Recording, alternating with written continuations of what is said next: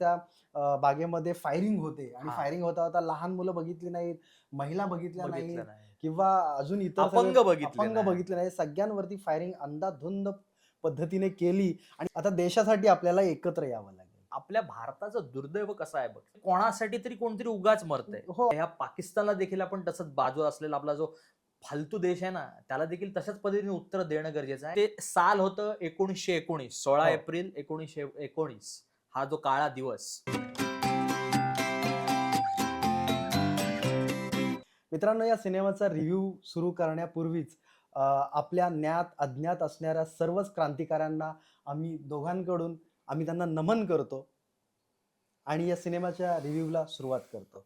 सिनेमाचं नाव आहे अर्थातच केसरी chapter 2.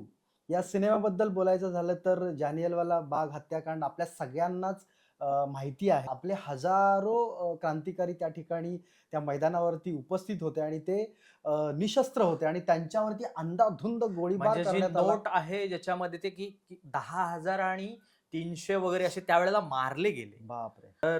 The mirror film Alibag या यूट्यूब चॅनलला लाईक करा, शेअर करा आणि आमचं यूट्यूब चॅनल सबस्क्राईब करा. कारण आम्ही सांगतोय गोष्ट गोष्ट सिनेमाची. सिनेमाची.